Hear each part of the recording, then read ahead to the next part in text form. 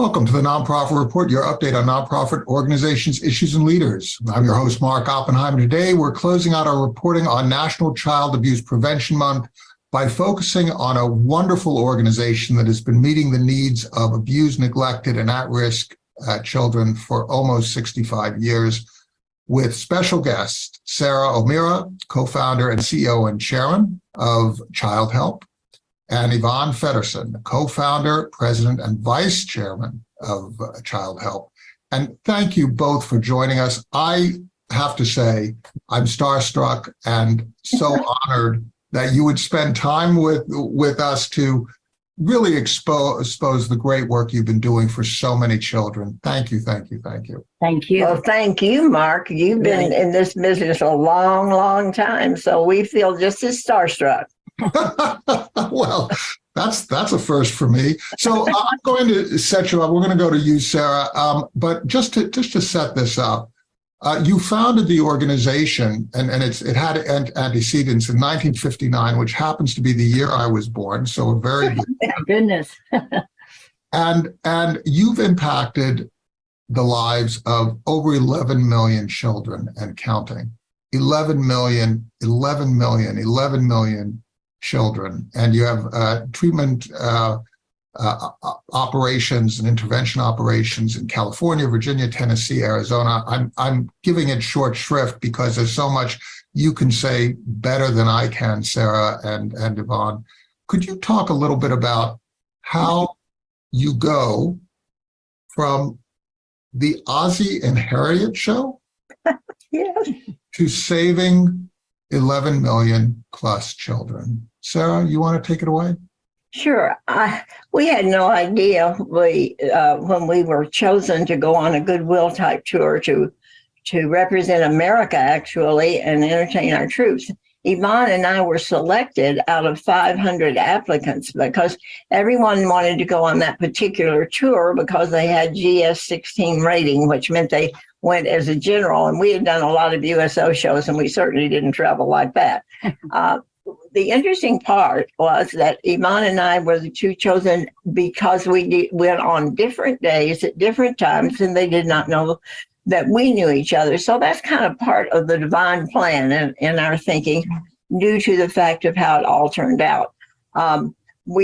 She was Ricky's girlfriend on the show, and I was David's. Now, a lot of people that will be watching this have no idea what Ozzie and Harriet show was, but it was a family show. It was very popular at that time.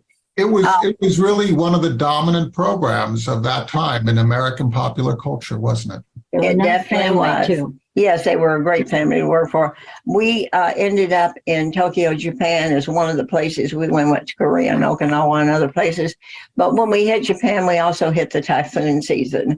And it was the coldest winter that ever had on record, the worst typhoon. They asked us not to leave our hotel, but being young and frivolous, really, we were bored in the hotel room. So we snuck out the basement of our hotel, our military hotel, to just walk the streets and get some fresh air and see the devastation that occurred from the typhoon.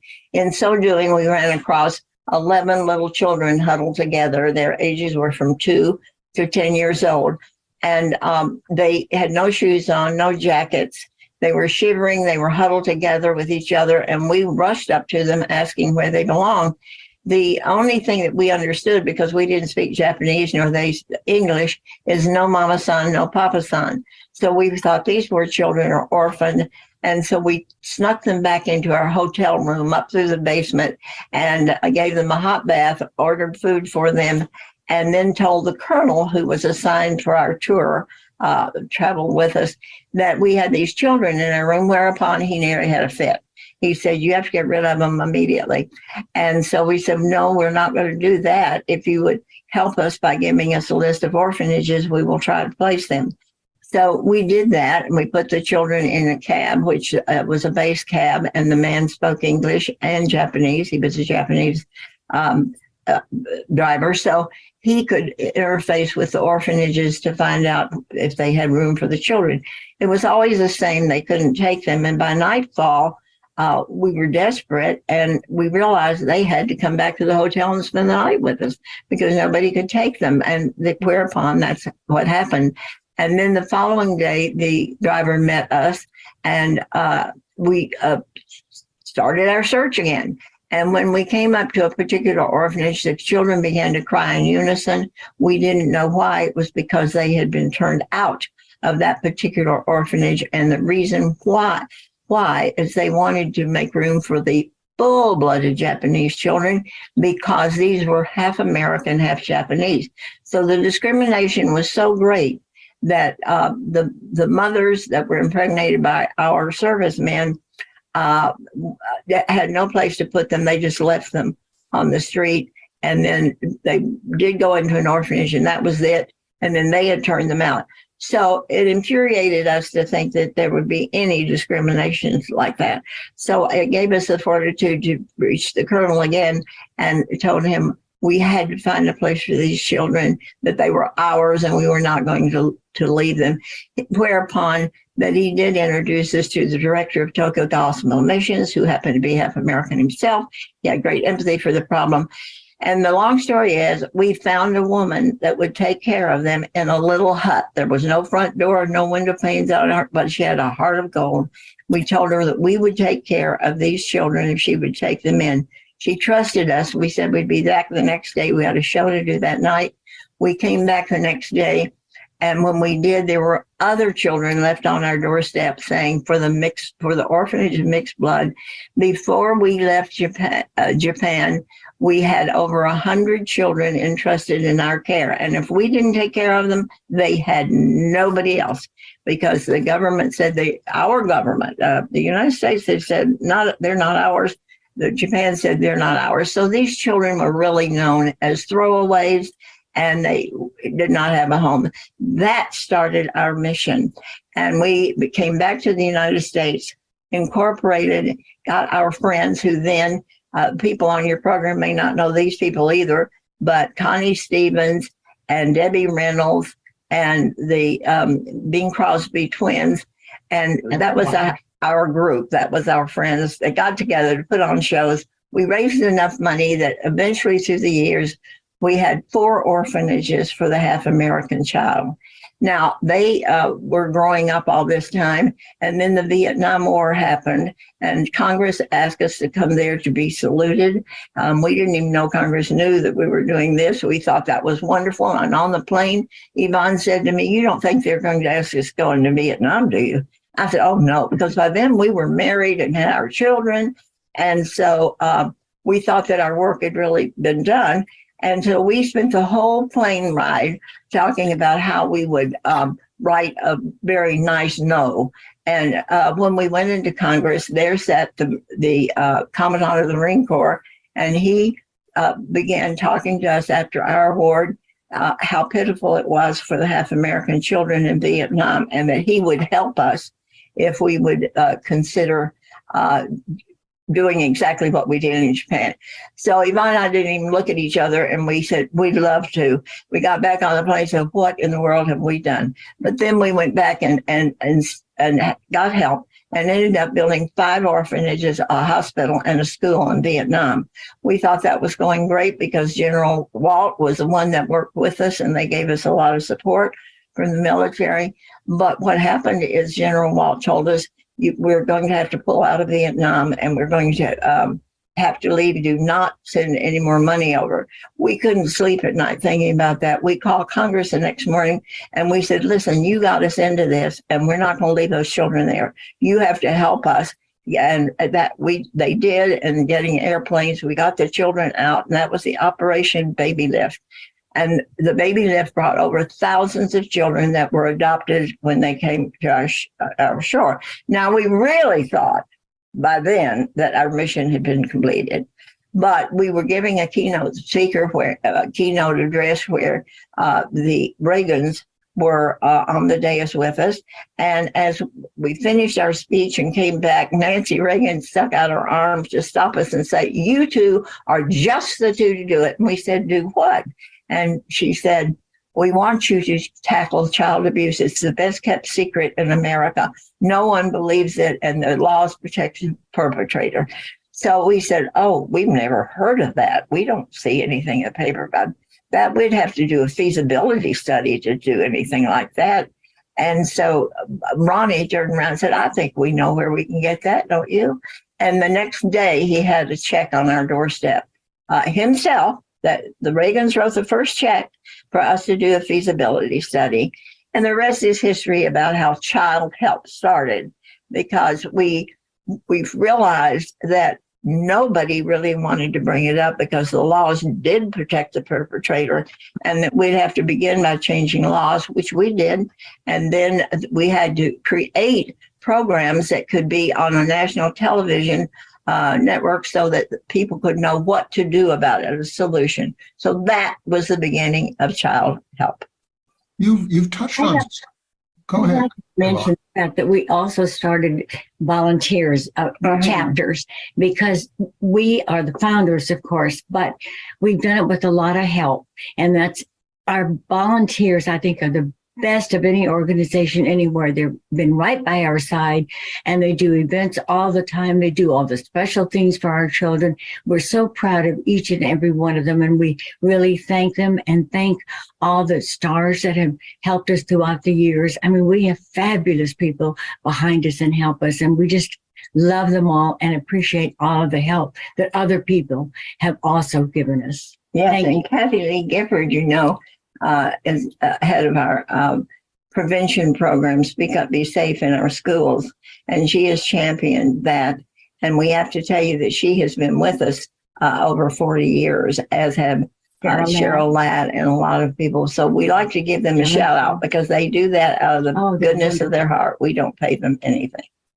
In fact, Jen Lilly is also one of our ambassadors, and she's adopted 2 of our children, and they're so happy and they're doing so well. The thing that strikes me is that each person can provide some support as a volunteer. If you're prominent, then you can use your name to attract more attention. If you have wealth, you can write a check. These kinds of contributions together form a network. It's like different pieces in a puzzle to create this beautiful, complete picture.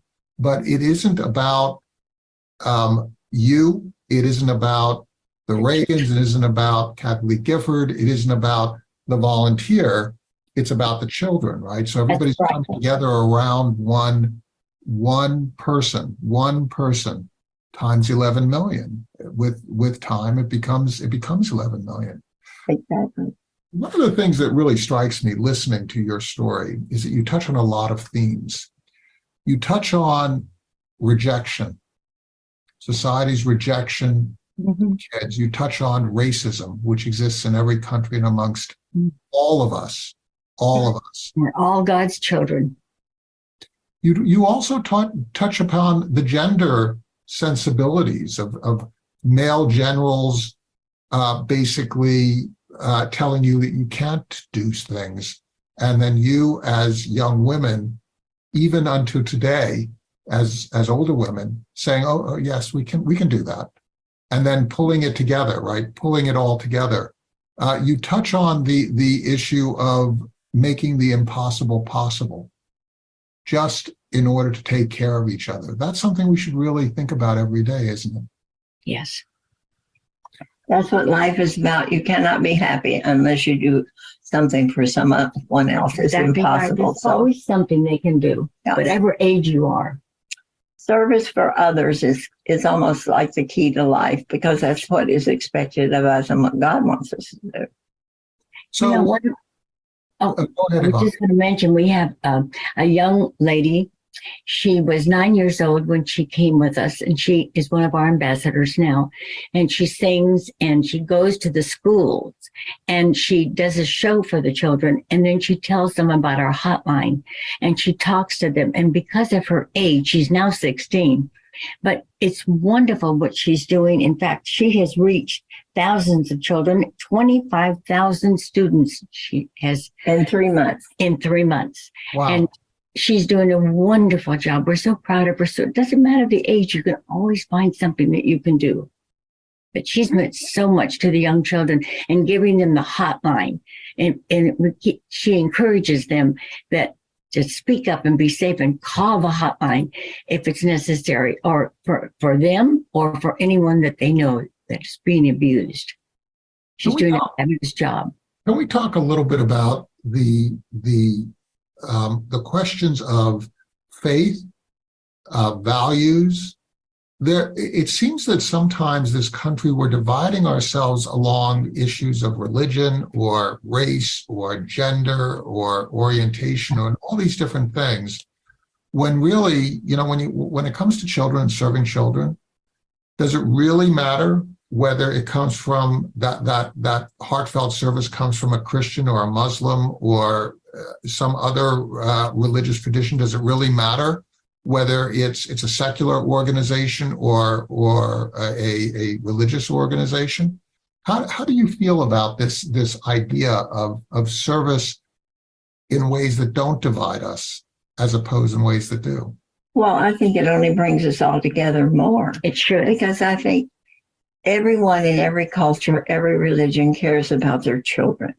If they don't know an answer to life. They really don't know God, because that's what everybody. You care about other people's children. I guess that's the key, isn't it? Oh, God's children. Yes. Oh, absolutely. We care a lot about the children that have nobody to care for them. That's why they are in the situation they're in. It's very interesting to see what it does for your soul growth to help these children. Right. In fact, Yvonne, relating to the volunteers, we've given them an opportunity really to give back, and therefore it enhances their soul because they're thinking about some other person's children that don't have what their own children have. And so sometimes they say it's changed their life for the better. Yes, it's their mission too. We started it, but it's become the volunteers' mission as well. We have people that have been with us for 50 years. So those who serve shall be served, right? Exactly. In terms of the hidden scourge of child abuse and neglect, hidden because people don't talk about it, they feel awkward about it, and because it is so difficult sometimes to go through that process of resolving it. A lot of abuse comes from families and from friends, people who are within the circle of that child. Talk a little bit about how you see the issues of abuse and neglect in this country, and how we can systemically not only investigate the abuse once it happens, but also prevent abuse from happening in the first place. What do you think the sources of abuse are? Because nobody wants to grow up to be a child abuser. Well, for one thing, they don't grow up wanting to be. However, if you are abused, the chances are, and you have not received help like you should, the chances are you're going to grow up and abuse your own children. That is a fact, because that's what they know, and that's all they know in how to treat a child. So in their minds, they're thinking they're doing the right thing. They're modeling behavior that they experienced, and I'm okay. Exactly. That happens sometimes, but you're asking what really, what is the motivation, or why does that happen?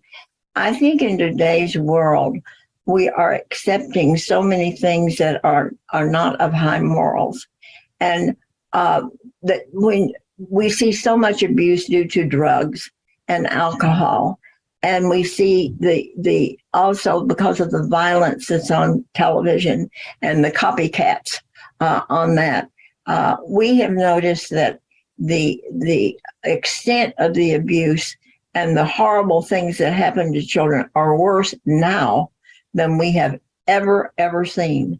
And I think that it's yes, it's such violence on our television programs. Children grow up to accept, they are desensitized about things that really are correct, that you were brought up, I was brought up to know and to believe in. They're not taught those things, nor do they think they're important. But moreover, they're not corrected when things happen, and therefore the government letting the children, the adults that don't belong on the streets out to just murder other people, they know there are no consequences.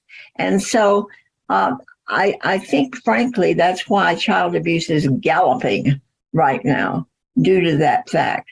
And then you have different modalities in different states that are one of our greatest heartaches right now. And what we're going through, Mark, is in California.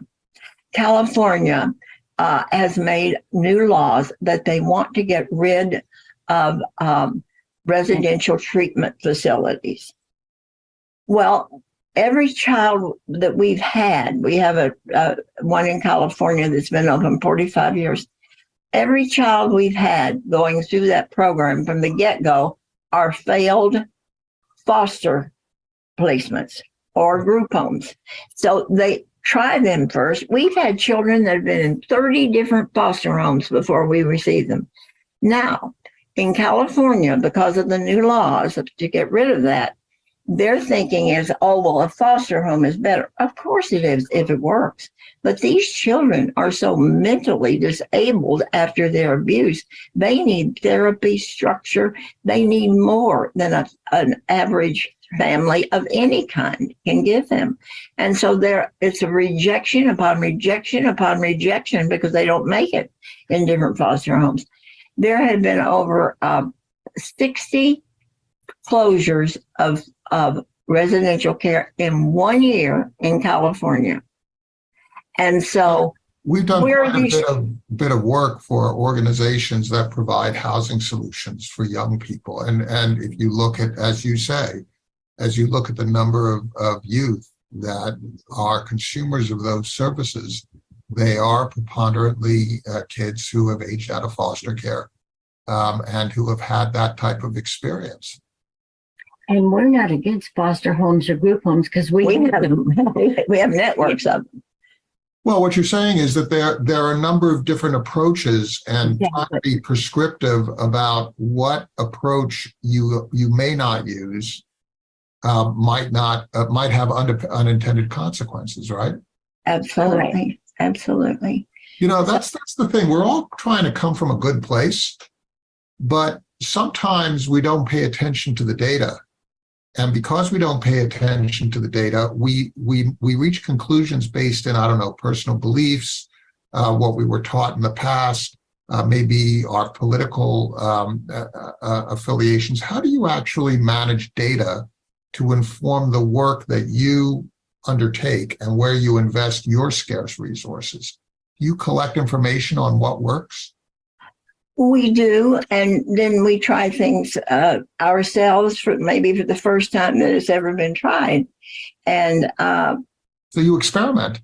We experiment, but often they work and then become the modality that everyone uses, like our advocacy center. We were the first ones in the entire United States that had everything under one roof. We had the hospital for the examinations. We had the police that bring them in.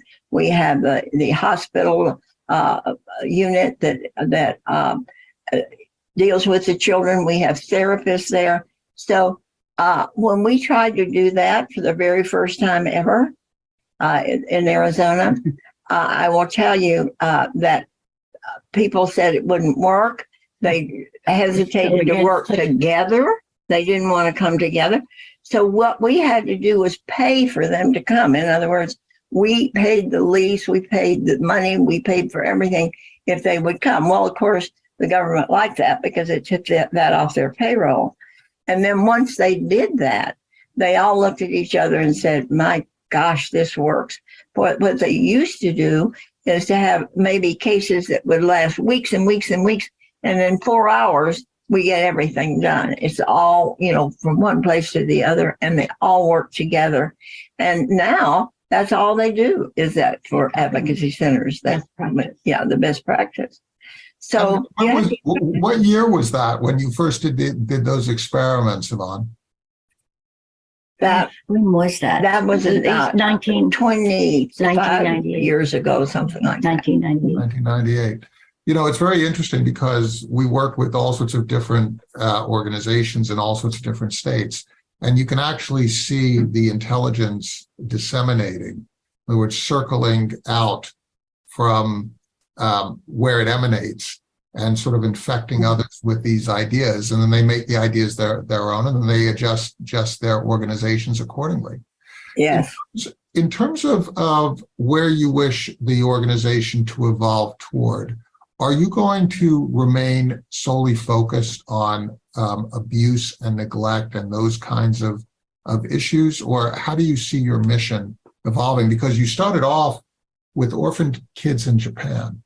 You then go to Vietnam. Now you're dealing with abuse and neglect. I have your website up here, which is quite impressive. Where do you see this organization heading over the next years?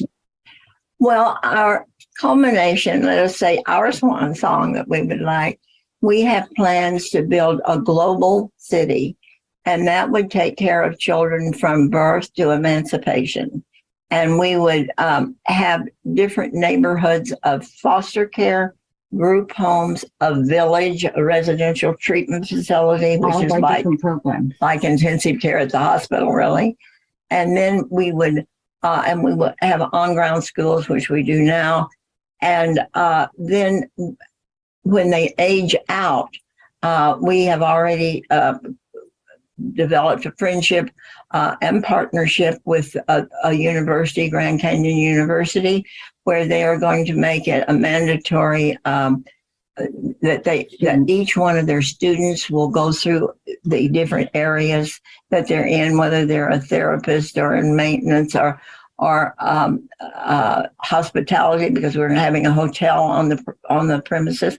Everything will be like a city in its own, for one reason, for best practices, so that people can come and study and find out what works and what doesn't work, and new innovative ideas. And we would have it as a smart city where we would have hypotonic foods, and they would learn, the students, the people, the children there would learn all the latest technology and things of that nature. So we have some really big partners that are interested in this with us. And we have had many countries come to visit our advocacy centers and villages and the way in which we do certain things. Our hotline, we helped England in developing their first hotline. And so Japan is coming around now. Oh, yes, where we began now. This is interesting. Yeah, they're developing our prevention program in their schools for the first time. So it's full circle. This is where? In Japan, in Tokyo. Yeah. That's so Japan again. So is this model community that you're putting together? Is this does this have a physical location right now? Yes, it will be in Arizona, Phoenix, Arizona. We've identified the land. So basically what you're doing is you're creating a model. In this country, we have a history, the Hershey experiment, right? There's an organization, Cranart, around Detroit, where Levittown, right? We created these model communities and tried to create these ideas of how citizens interact with each other. You're basically taking that tradition and you're giving it a child focus and basically trying to create a way in which the young people themselves become more empowered. Is that your idea? Exactly. And we have animal program, equine therapy in our villages and so forth, and we find that children, as you know, and most of your audience would know, they identify with animals better than they do therapists sometimes. We've had situations where children saw their sister murdered in front of their eyes and they became mute. And this little boy was in foster homes, 25 of them before we got them, because the foster parents would say he has vocal cords, he can talk, and we can't get him to talk, so we want another child. So our speech therapist said, "Oh, we'll be able to help this child." Well, she couldn't. And then the equine therapist said, "Let me try something." And they told this little boy, they said, "Johnny, let me tell you something. we're giving you chocolate. That was one of our ponies. And if you don't take care of chocolate, nobody will. So you're going to have to come down every day and feed chocolate and curry him and so forth. Well, he lit up so great. He ran down to the barn early every morning. We happened to have been there at the time that he was coming to the barn. He put his arms around the pony and he said, "I love you." And it broke his silence. And from then on, he spoke. So we always tease the therapists that the animals can do more than they can.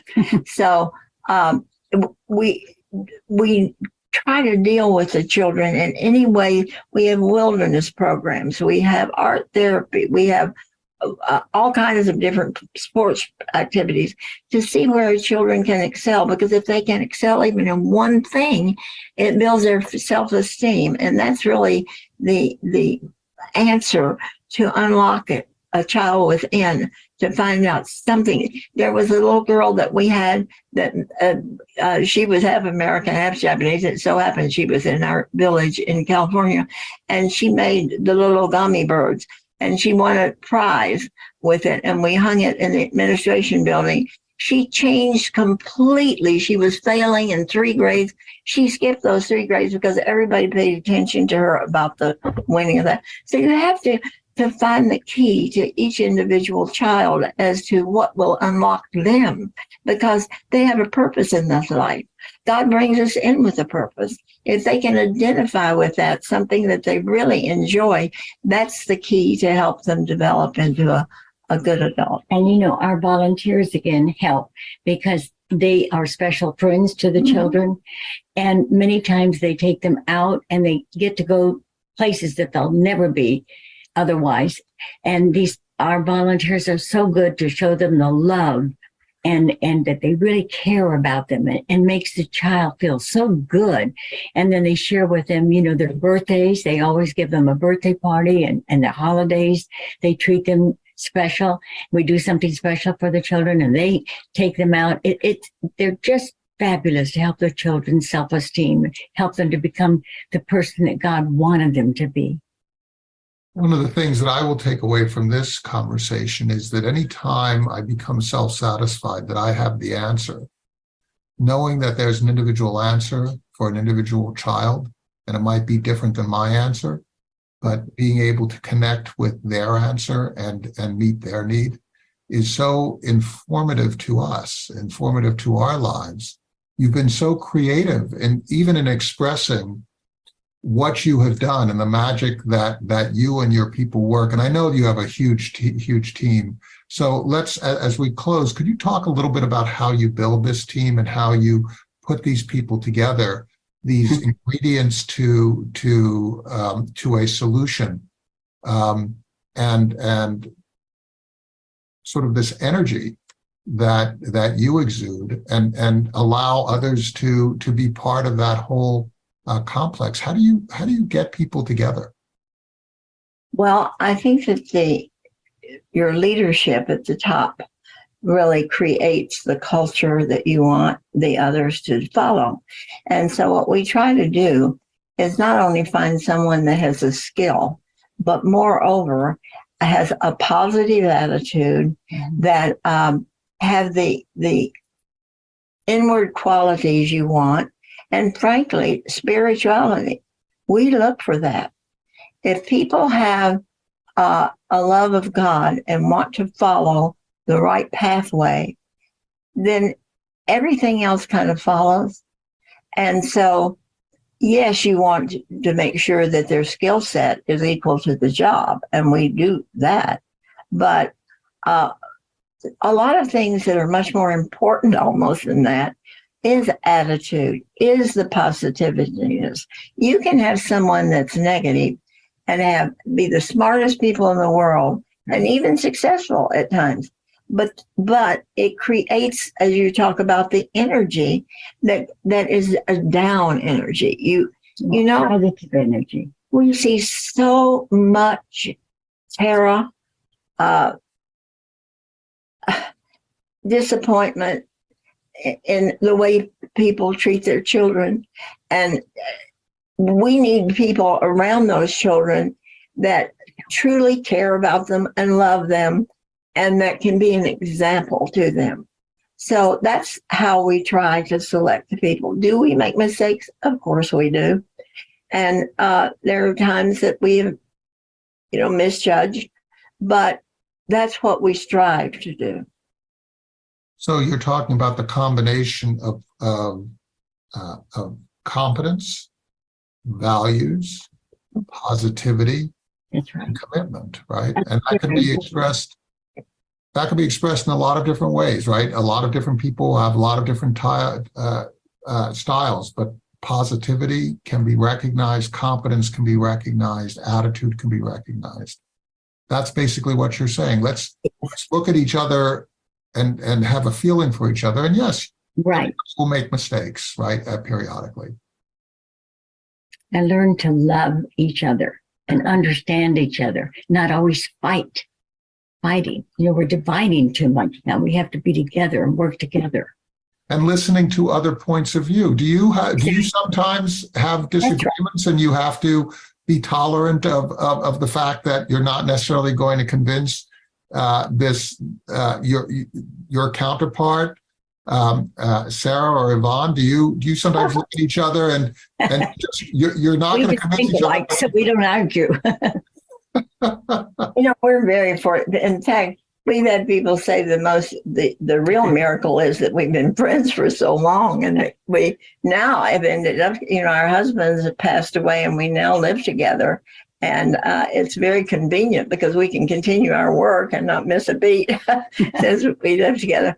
But it's because, as Yvonne said, we do think alike. So it's not that we combat each other. Mm-hmm. And if one of us has an idea, we'll pursue it and see if that works, because, we care about each other too. And so we fortunately are quite a bit alike about the things that we want and the things that we would like to achieve for the children. Yvonne, would you like to have the last word to take us out? Well, if anyone is listening to this program, and if they are being abused, or if they know anyone that's being abused, please call our hotline, 1-800-4-A-CHILD. It's very important that you get help, either for yourself or for your loved ones or neighbors. You can save a life. So please call and see what you can do about the abuse and what you can do to help. We will do our best to get the word out. Thank you. Fedderson, co-founder, president, and vice chairperson at Child Help, and Sara O'Meara, co-founder, CEO, and chairman of Child Help. Thank you so much for sharing your wisdom. Please thank your people, your board members, your volunteers, and your clients who are part of the solution. It's just been an honor, a real honor to be instructed by you and to learn from you. Well, thank you. God bless you. For having us.